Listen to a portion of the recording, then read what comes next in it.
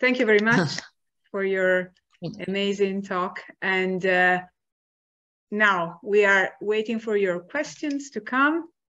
Doris, so nice to see you. Sorry for being over. Long time no see. Hi. Wait, here Hi. you are. How are you doing? Can you hear me? Yes, yes. Great. Yeah, wonderful to see you and so good to listen to this talk. So I'm really happy. So I wanted to ask you about how long does it take you to build one of these? I mean, I guess they have different sizes. So I missed the very beginning of the talk. So I don't know if you mentioned that, but so I have no idea. It's so incredible, these works that you do. So how long does it take you for one of these huge ones? Oh, well, the huge, like the 1,000 shacks piece was like, I think that was 7 or 8 months, and I had a few people helping me. But normally I can't really have people helping me unless maybe it's a life-size thing or it's something like where there's a lot of repetitive stuff, because when it's a more unique piece, I have to make decisions constantly, and it's just, there's no way I could use someone. But I work on several pieces at once. So if they're smaller pieces, I might be working on 3 or 4 and finishing up, you know, maybe one in a few weeks and another in a month, but I could finish up like 5 or 6 in a couple of months. It depends. But I also will work, like, depending on the deadline, I work nonstop sometimes. And may I just ask, how long do you keep them? Because I mean, it's incredible that you have such a big, home and studio. You're in Berlin, right? So I mean, they're huge. So I mean, you have to store them somewhere, or what do you do with them? That's the special issue, because I don't want to throw out my work, especially, I spend a lot of time and I like the works. I sell, some of the works are in collections, and I have storage in California where I have work. I have some work here, and work stored at galleries in Europe also. So I just but what's great about that, so like the show I'm going to do in Munich, I have some of the city pieces, and I really wanted to show them together. So I'll finally have a chance in the space that I can have these works shown together in the way that, initially when I was building them, I built them one by one, but I feel like it kind of belongs that way. Mm-hmm. Great. Thank you so much. So I'll be in Berlin again in the spring, so maybe I get a chance to see your work. That would be really wonderful. Yeah, sure. Yeah. Thank you very much. Thanks, Doris. And now Jamie. Jamie is here with me. Is so. The same city. Yeah, at least we're in the same city. Good evening, please. Hey there. Tracey, I remember that you started your lecture by talking about your training as a photographer. And then the last slide that you showed is a collaboration with a wonderful photographer, Roger Ballin, but you're not collaborating as two photographers. And I was just curious if photography still plays a role in your practice today, or if it's just another tool. Yeah, it's really, it changed how it is part of my practice, because initially it was the sole part of my practice. And then when I was, got into building the sculptures, I shot many years with a 4x5 to shoot the sculptures. And then I got tired of doing that. So I stopped. And then I was using photography, documenting when I travel, and then those photographs become part of my work. So I'll show you.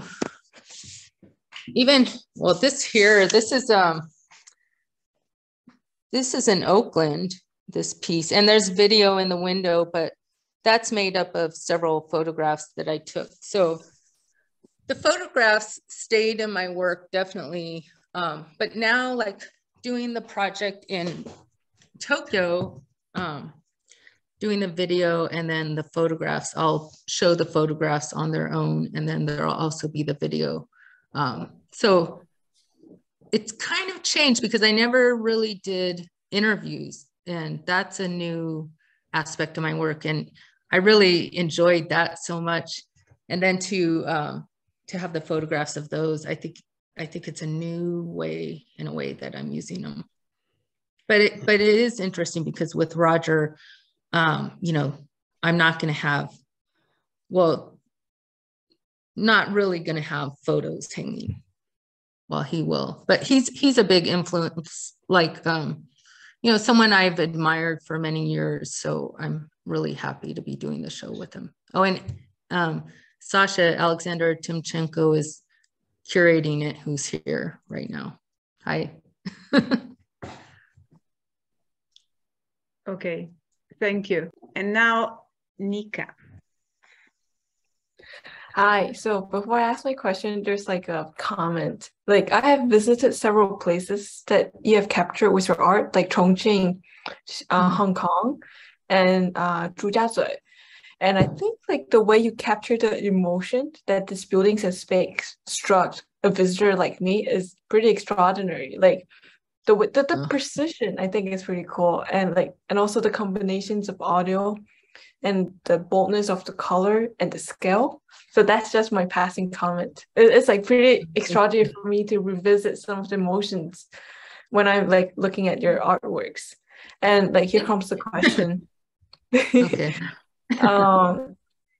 It's like many features of your artwork also seem a little bit intentional. Like, for example, with your use of the scale and the audio and the color. And I wonder, do you generally know what you want the audience to focus on before your art creating process? And do the themes that you want to highlight change as you make the art? And are there any pieces that you prefer more ambiguity or less clarity and appreciate audience interpretation more? Yeah, well, at first it's nice that it makes you think of, I'm glad it makes you think of the areas, because that's what I hope happens, you know. I mean, especially since sometimes I'm not in a place so long, I just go through. So I go and experience a place. Now I'm starting to do more research and find out more, but sometimes I just go visit, and then that's my experience, and then I build it. And when I start building, sometimes I have a sketch, but other times I'll just start, and it comes organically. So it will develop organically. And sometimes I do have an idea in mind of what I want to get across, but a lot of times I've just let it come out. Like, I feel like I absorb it and then I put it out without even always consciously thinking about it. Like, are there any artwork of yours where you embrace the freedom, like when you embrace, like when audiences like have the freedom to interpret your pieces however they want, where, for example, the focus that you want to highlight is a little bit different from the audience? I guess I don't often, like, once in a while, I don't know. I'm not often thinking of like, I want you to think this, you know? So I think it happens a lot that I kind of do what I want, and then there's layers in the work and people will take what they're going to take from it. So like one thing that was really interesting, I mean, this is an example of something I just shot. I shot it when I was in Yangshuo, and it was in the marketplace. They have these, you know, people like to eat dogs, especially in the South. And then there were these photos. So that's in the marketplace, and that's the dogs, you know. And when I photographed it initially, I was like, I mean, it's kind of shocking because I grew up with dogs as pets, and it's difficult for me to see it, but also it was, you know, I'm kind of attracted to capture what is difficult sometimes. And then I feel like the images are kind of really lush and beautiful, but then kind of horrifying for me, for maybe more Western people that don't eat dogs. But then, you know, the more after hanging these again and talking a lot about them, you know, other animals have feelings also. And so why is it, you know, that we're so horrified that it's dogs, but, you know, we're easily, if you look at like factory farms, you could see how horrifying that is. And is it much different than this? And then one of the artists I was showing with at the time, she said she thought it was how the Chinese government treats the people, which was a whole other layer of meaning that I hadn't thought of before she said that. And then now after COVID and the talk of the wet markets, it takes on a whole different meaning. So this, I guess this is an example where, you know, you can think about, you know, initially I took it because it's different and visually interesting, but also kind of fascinating, but a bit horrifying. And then all these different layers of meaning come onto it depending who's looking at it and then what's happening in the world. Thank you very much. Thank you, Nick. Thank you. Magali from Shanghai. Hello. Hi. Hello. Hi. Thank you so much, both of you, for having this wonderful talk. Considering, Tracey, the dimensions of your sculptures, how do you source your material? Is sustainability an issue for you in acquiring your materials? Well, when I started building, I was attracted to older materials, like old wood, stuff like that. But then sometimes you would have a problem with like mold or it not being something that would last. So early on, I decided, you know, I have to get new wood. You know, it could be leftover scraps or something if I can get a hold of those, but often I just have to go to the, you know, hardware store and buy new wood. But like building the 1,000 shacks in tenement, a lot of the window covers and parts of it were like leftover plastic from groceries or things like that. So I tried to source some recyclable materials, but in the end, I often have to use new materials because of the longevity of it. But I do feel that since I pretty much keep, you know, all of the work I make and my installations, it's not such a big impact in the big scheme of things, because I'm not building a big installation and then, you know, throwing it away. But yeah. Which happens pretty often. Yeah. So it does happen, and it's a bit painful. But it is what it is. Yeah, and I think, well, a lot of times artists can't, you know, they can't afford to store everything either. So, I mean, I've just been lucky that I've been able to keep everything so far. Thank you, Magali. Next. Here you are. Hello. Hi, from Beijing. Hi.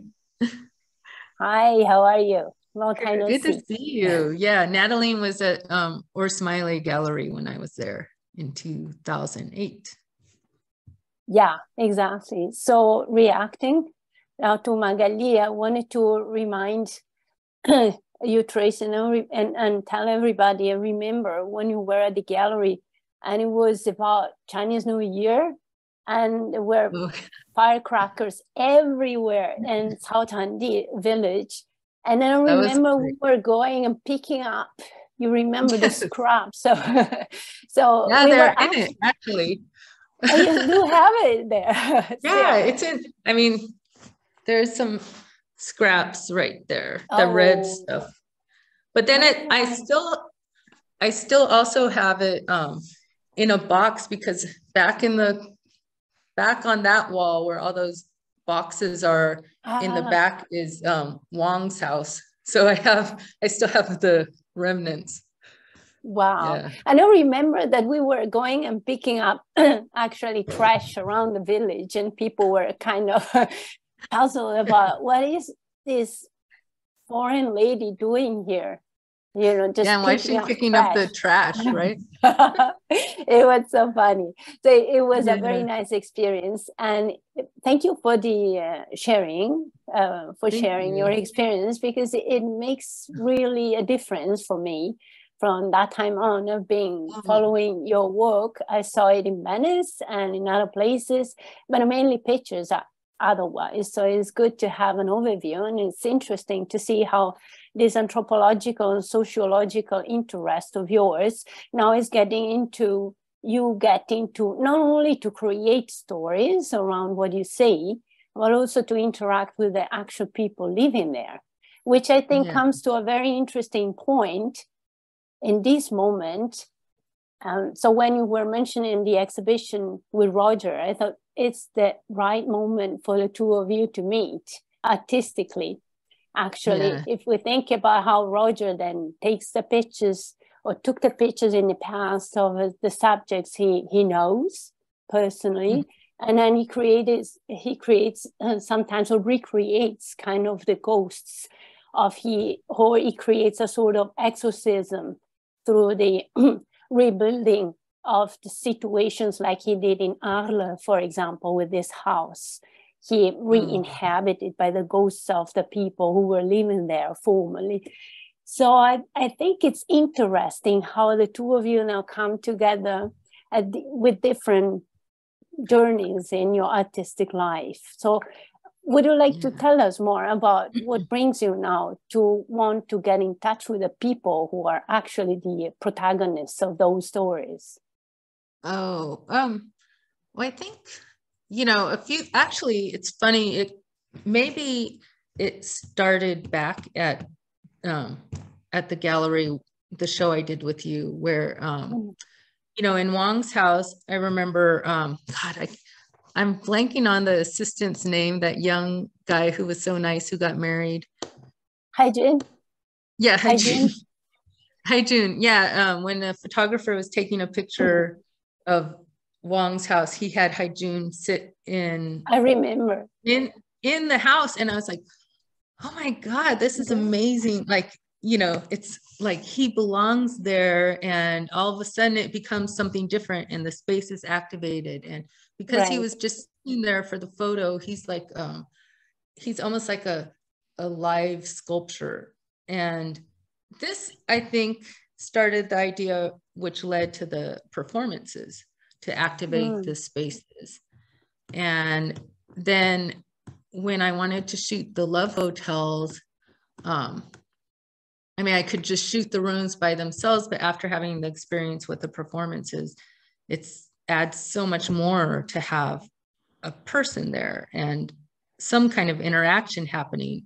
The themed love hotel rooms are like, they're like the rooms I built, but they're built for me already. So I was going to bring, I wanted to just get people, like local people that I didn't know, to do the interviews with me. But talking with like even the people at the residency were really shy. I asked them if they wanted, they're like, no.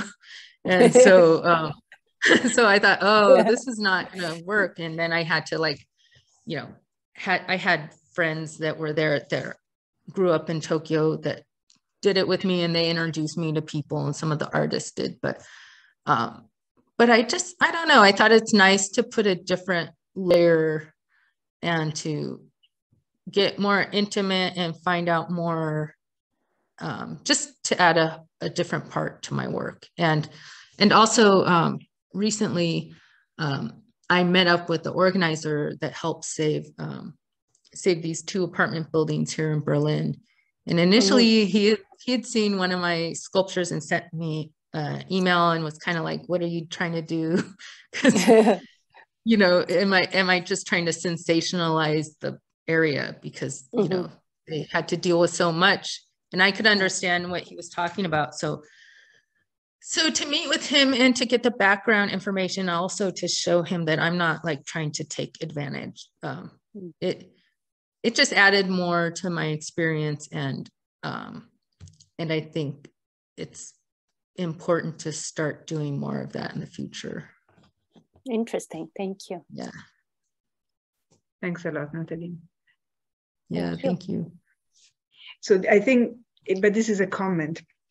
So what you just mentioned now with also Natalina is that now the connection is not, it's more and more the connection with the place and the connection with people, which is also what we mentioned about Scampia and what you just said regarding Tokyo. So in the end, if you do want to deep dive in what is going on, you have to really get in touch with those who live there, and they basically accompany you and they guide you. And what I think is very interesting is that very often I'm pretty sure that you will point to things that they wouldn't even notice, because when you are so immersed in an environment, very often then you start missing some, so interesting. Yeah, it's very multi-layered exercise. I'm really moving from, I mean, I think in a part I'm born an introvert, so it's more natural for me to stay from the outside and just be a viewer, like a passive viewer, or I can experience a place, but to step in and become more involved and interview people, it's also something where I have to put myself out there, and it's just a different experience. So it's uncomfortable sometimes, but it's, I think, more interesting and adds more to the work. Here you are.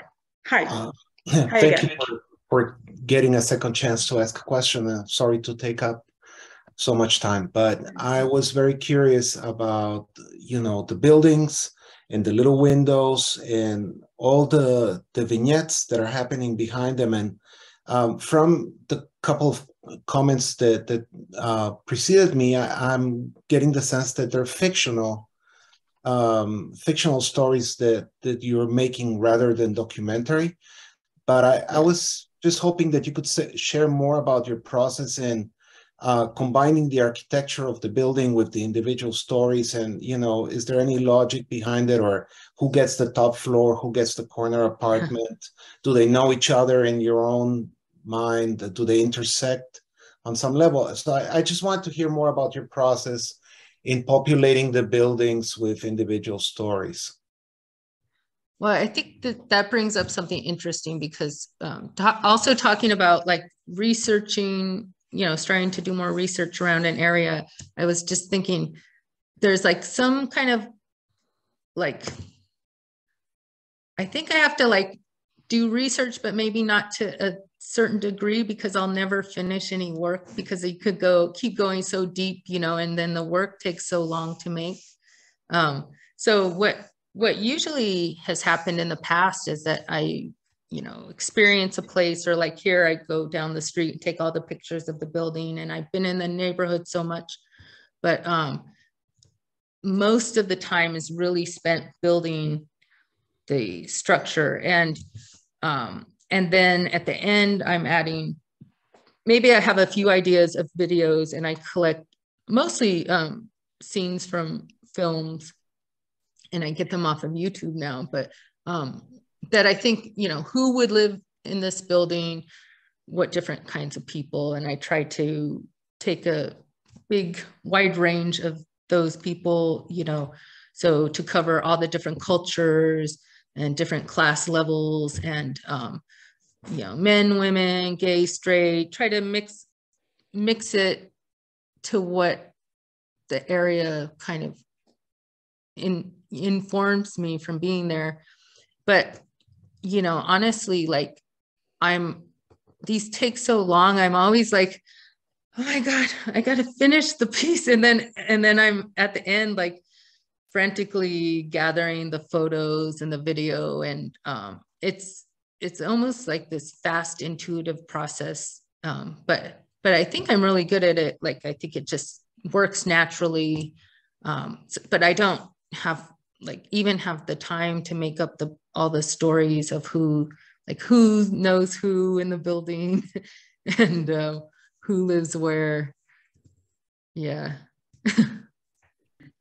I guess it's also a way for you to engage us, right?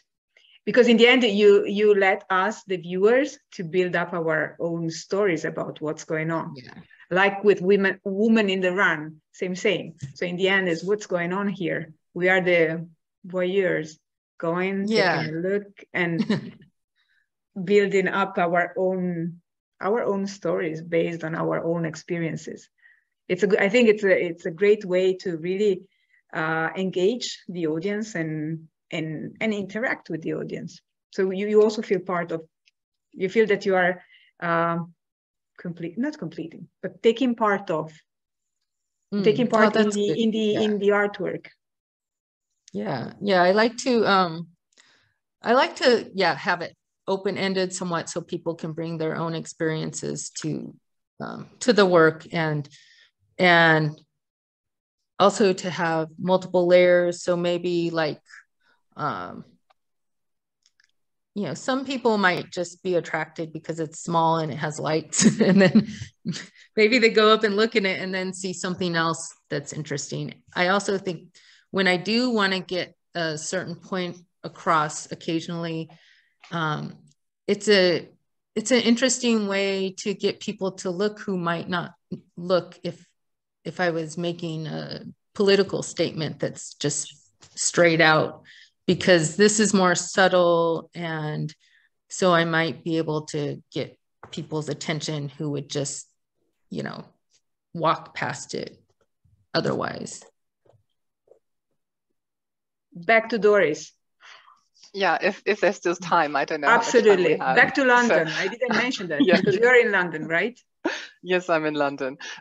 So Tracey, I just wanted to ask you, I didn't get the beginning and I actually really didn't do much research on you. So I was really, really curious to learn so much. So I guess you're American, right? So I don't know where you come from originally. But so you deal with urban environments.